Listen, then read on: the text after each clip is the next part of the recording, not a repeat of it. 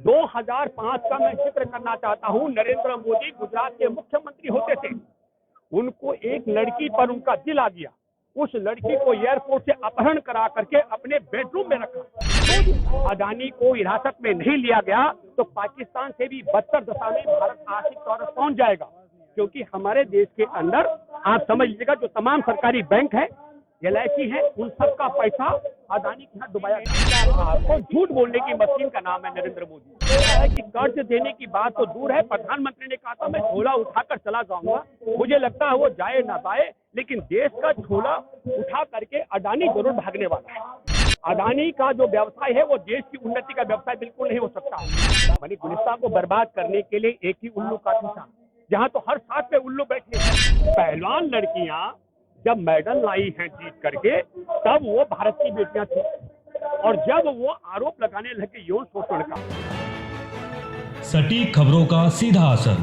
आप देख रहे हैं NCR समाचार, खबर भी असर भी। रिपोर्ट लेके आई होती तो क्या इतना हंगामा हो रहा होता? नहीं, देखिए, जो रिपोर्ट आई है, पहले बात ये समझ लीजिएगा कि 2016 में 3.5 करोड़ अमेरिकी डॉलर का, अरब अमेरिकी डॉलर का वो था क्या संपत्ति थी अडानी की। हाँ। और आज 2022 में बढ़ करके 122 अरब अमेरिकी डॉलर हो चुकी है। हाँ। ये गुणात्मक जो वृद्धि हुई, ये रिपोर्ट को भी हमको समझना पड़ेगा। दूसरी महत्वपूर्ण बात है कि उनका जो प्राकृत माने अपनी संपत्ति वो 2 करोड़ 31 लाख अरब की बताई जा रही थी, और जिसपे उनको आप समझ लो कि जो कर्ज है वो लगभग उसके बराबर बैंकों ने दिया है अंदाजन। सबसे बड़ी महत्वपूर्ण बात यह है कि जो खुलासे की बात कर रहे हैं, पहला वो कौन सा मैकेनिज्म है हमारे देश के अंदर नोटबंदी के बाद, टैक्स पद्धति में परिवर्तन के बाद और लॉकडाउन के बाद पूरे देश में अर्थव्यवस्था रसातल में चली गई। आपको समझना पड़ेगा, 80 करोड़ लोग भुखमरी के रेखा से नीचे चले, गरीबी रेखा से नीचे चले गए। तब ऐसी स्थिति में वह कौन सा तौर तरीका है जो अडानी की संपत्ति में गुणात्मक वृद्धि हुई। और इसके पीछे न केवल एक खुलासा है, 88 जो सवाल किए गए हैं, मैं तो ये कहता हूँ नाथन ने ऐसा नाथ दिया कि रंगा बिल्ला का भी चेहरा उतर गया। अभी स्थिति हमको समझनी पड़ेगी, और वो परिणति यह है कि एक बड़ी रिपोर्ट है कि 85% इन्होंने शेयर के रेट बढ़ा करके बाजार में दिखाते हैं। 85%। अभी वो चौथे से 7वें नंबर पर आए। मैं कहता हूँ पूरी गणना अगर होगी तो शेयर बाजार में 85% अगर अडानी के शेयरों की कमी आ जाए कीमतों में, तो मुझे तो लगता है कि कर्ज देने की बात तो दूर है, प्रधानमंत्री ने कहा था मैं झोला उठाकर चला जाऊंगा। मुझे लगता है वो जाए ना जाए, लेकिन देश का झोला उठा करके अडानी जरूर भागने वाला है। मैं ये मानता हूँ आज की तारीख में ईमानदारी, अभी अडानी कौन सफाई देता है? सफाई का मामला नहीं था, धोखाधड़ी का मामला है। और धोखाधड़ी के मामले को कहा जा रहा है ये राष्ट्रवाद पर हमला है, कहा जा रहा है कि देश की उन्नति और उपयोगिता पर हमला है। अडानी की उन्नति देश की उन्नति नहीं हो सकती। अडानी का जो व्यवसाय है वो देश की उन्नति का व्यवसाय बिल्कुल नहीं हो सकता है। तब हम ये मानते हैं कि ऐसी स्थिति में सबसे पहले अडानी पर धोखाधड़ी का मुकदमा दर्ज कर दिया जाना चाहिए, उसे गिरफ्तार करके हिरासत में लिया जाना चाहिए। जहाँ संबंधित एजेंसियां बोली या मोदी आकर के बोले कि अडानी पर जो आरोप लगे ये बेबुनियाद और झूठे आरोप है, इनमें से एक भी आरोप सत्य नहीं है। आप कह रहे थे कि पहलवानों को अभी भी न्याय नहीं मिला, बल्कि उनके लिए तो बैठक शुरू हो चुकी है। देखिए, एक शेर है कि गुलिस्तान को बर्बाद करने के लिए एक ही उल्लू काफी था, जहाँ तो हर साथ में उल्लू बैठे हैं। 2005 का मैं जिक्र करना चाहता हूँ। नरेंद्र मोदी गुजरात के मुख्यमंत्री होते थे। उनको एक लड़की पर उनका दिल आ गया। उस लड़की को एयरपोर्ट से अपहरण करा करके अपने बेडरूम में रखा 2 दिन तक।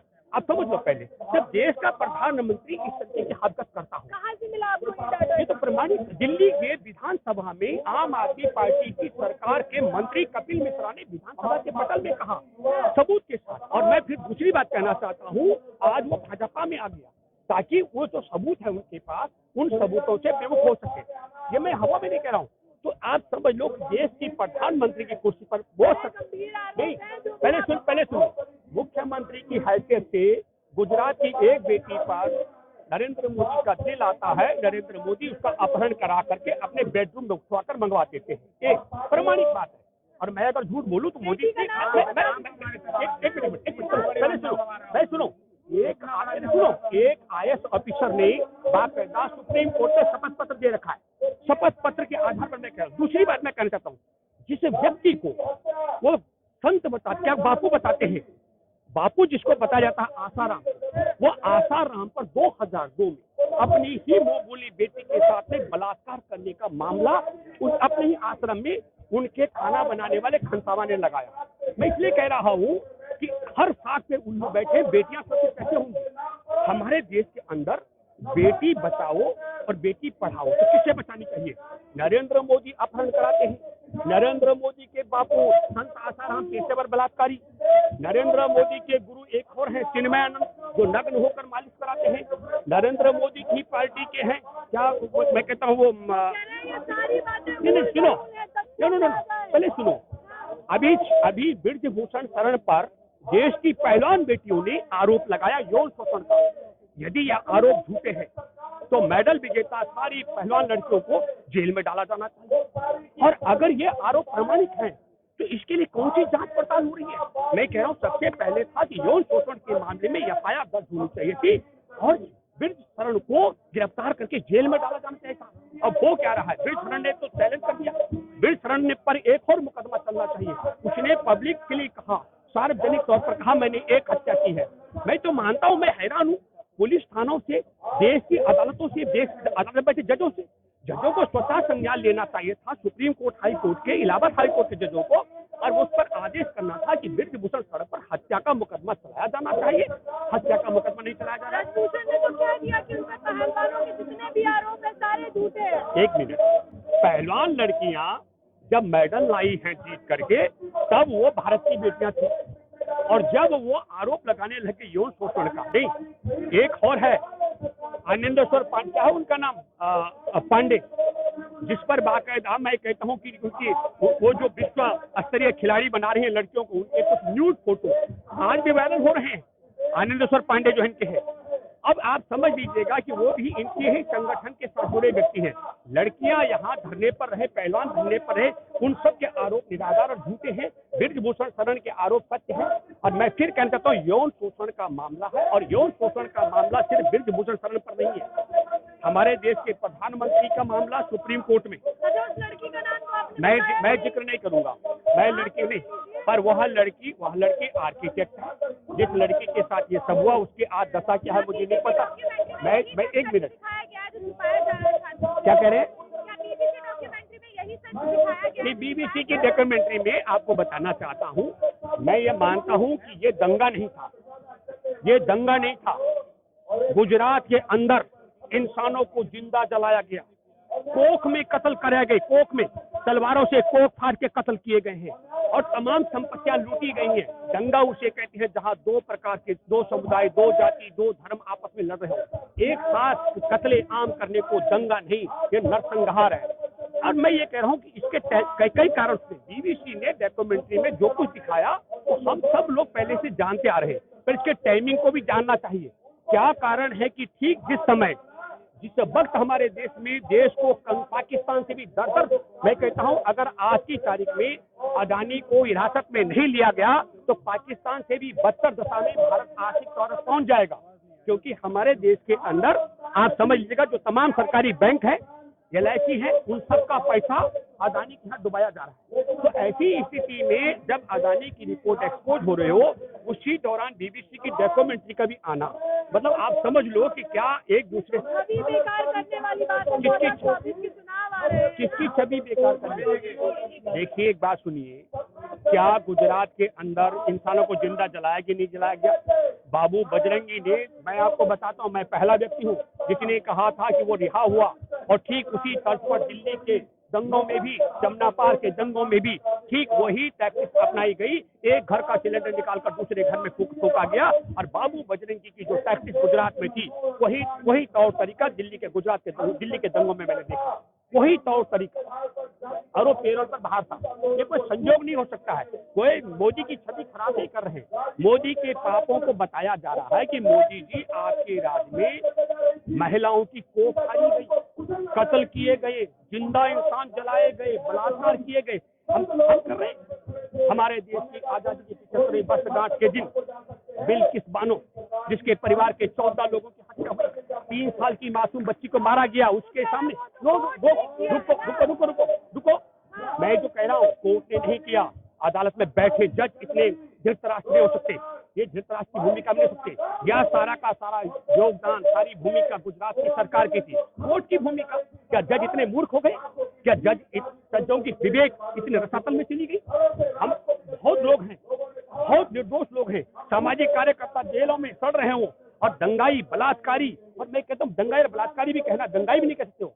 उन्होंने तो शर्मसार की मानवता को 3 साल की बच्ची की मासूम की हत्या करके उसकी मां के साथ गैंगरेप किया, उसकी मां की मां के साथ गैंगरेप किया, और उनकी हत्या, 14 लोग मारे गए। मैं तो उस बहादुर बेटे को सलाम करता हूँ, लेकिन फिर मैं कहना चाहता हूँ, तो कार्रवाई क्यों नहीं होती गई? किसी ने कहा कार्रवाई कौन करता? जब सैया भैया को तो डर कहे का? जब आप समझ लो कि नरेंद्र मोदी की राज में, अभी मैं आपको बताना, जो आपने कहा एक रिपोर्ट आई है, एक पुलिस के आला अधिकारी ने कहा कि जो अपना लद्दाख का बड़ा इलाका चीन को दे दिया गया, उसको रिपोर्ट से हटाया जा रहा है। तो जो आप कर रहे हो कार्रवाई की बात हुई, लेकिन वो जेल में थे, जेल से रिहा किस दिन किया गया सोचो। आखिरी सवाल एक नहीं, पहले सुनो, देश की आजादी के 75वें वर्षगांठ को कलंकित करने के लिए जानबूझ करके बिल्किस बानो को रिहा किया गया। अब बोलिए। अच्छा, आखिरी सवाल, आपने जो पहला मुद्दा उठाया था मोदी जी पर आरोप लगाते हुए, आप उसके लिए 100% श्योर हैं?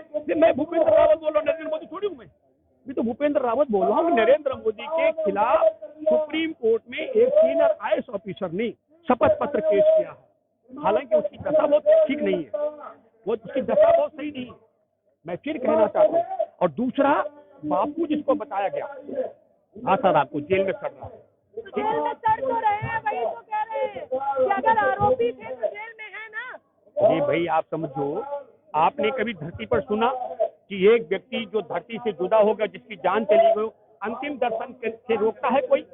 हमने पॉलिटिकल पार्टियों में भी देखा, विरोध पार्टी के नेताओं का अंतिम दर्शन करने के लोग जाते हैं, लेकिन हमने पहली बार देखा एक बहू गुजरात की, वो अपनी सास के अंतिम दर्शन के लिए जा रही थी, और नरेंद्र मोदी ने बाकायदा पुलिस फोर्स लगा करके जसोदा बहन को उसकी सास के अंतिम दर्शन करने से वंचित कराया। ये इंसान है क्या, जिसने बेटी का वहां से किडनैप कराया, मैं किडनैप सब बोल रहा हूँ, अपहरण करवाया, और फिर आगे चलकर के क्या स्थितियां हुई। लेकिन उस बात को छोड़ दीजिए, नरेंद्र मोदी के खिलाफ यह मामला सुप्रीम कोर्ट में एक सीनियर IAS ऑफिसर ने शपथ पत्र देकर के पेश कर रखा। आपने कहा कि भूपेंद्र रावत हूँ, मोदी नहीं हूँ। भूपेंद्र रावत के वो नहीं, मैंने क्या कहा आपको? झूठ बोलने की मशीन का नाम है नरेंद्र मोदी, झूठ बोलने की मशीन जानते हैं, मशीन। और हम सत्य बोलते हैं। ये बोल रहे हैं कि हम आपके ऊपर केस करेंगे, जबकि सवाल अडानी से है, तो उनके पास लीगल ऑप्शंस क्या है?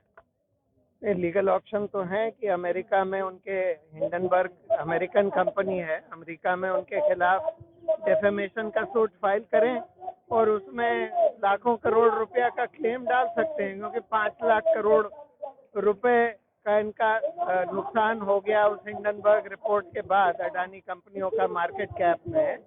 लेकिन वो इसलिए नहीं करेंगे क्योंकि अमेरिका में हिंडनबर्ग ने बोला है कि अगर हमारे खिलाफ सूट फाइल करते हैं तो हम डिस्कवरी में अडानी से वो सारे डॉक्यूमेंट्स मांगेंगे जो अभी तक उन्होंने छुपाए हुए हैं, जो शेल कंपनी मॉरिशस और दूसरे टैक्स हेवन्स वगैरह में बनाकर और उससे अपने ही शेयर खरीदकर अपने शेयर प्राइस बढ़ाकर और बैंकों से लाखों करोड़ रुपया जो लिया है उसकी हम सारी इंफॉर्मेशन मांगेंगे। और अमेरिका में हर कोर्ट जो है इस तरह की इंफॉर्मेशन देने के लिए अडानी को मजबूर करेगा।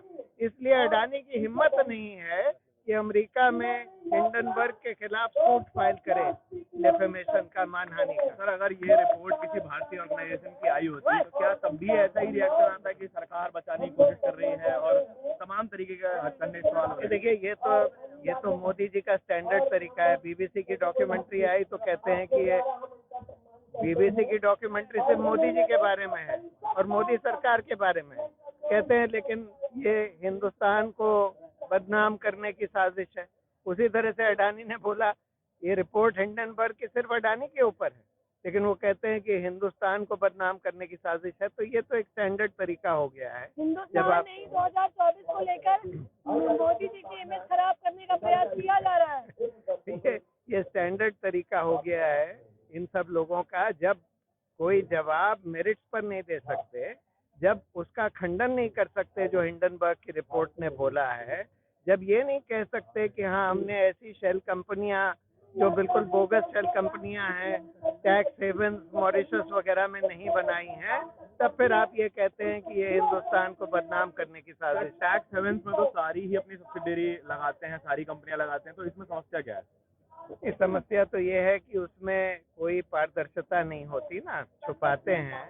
और छुपाकर इन्होंने अडानी और अडानी के फैमिली के लोगों ने वहाँ कंपनियां खोलकर और उन कंपनियों से अपने शेयर्स के प्राइस मैनिपुलेट करते हैं। उन कंपनियों में अपना जो नाजायज प्रॉफिट है, जैसे कि ये लोग पावर प्लांट वगैरह चीन से खरीदते हैं और अपनी जो टैक्स हेवन में कंपनी है उसके थ्रू खरीदते हैं। तो चीन से जो 10 रुपए का इक्विपमेंट खरीदा वो 40 रुपए का दिखाते हैं, क्योंकि 10 रुपए का तो उनकी मॉरिशस की कंपनी खरीदती है और फिर वो अडानी की यहाँ की कंपनी को 40 रुपए का बेचती है और वो 30 रुपए इस देश के नागरिकों से लूटा जा रहा है। तो इस तरह तरह से मैनिपुलेशन और फ्रॉड से लाखों करोड़ की लूट करी गई। सर, मार्केट फॉल बताया जा रहा है कि प्रेडिक्टेबल है आने वाले 5 से 6 महीने में कि 60% तक मार्केट फॉल हो सकता है। इसका कोई पॉलिटिकल असर भी होगा क्या? 24 के चुनाव हमारे सामने खड़े हुए हैं। ये तो हम नहीं कह सकते कि इसका क्या असर होगा या नहीं होगा, लेकिन ये तो हम जानते ही हैं कि स्टॉक मार्केट जो है काफी हद तक मैनिपुलेटेड होता है और अडानी के केस ने दिखा दिया कि कितना मैनिपुलेटेड था।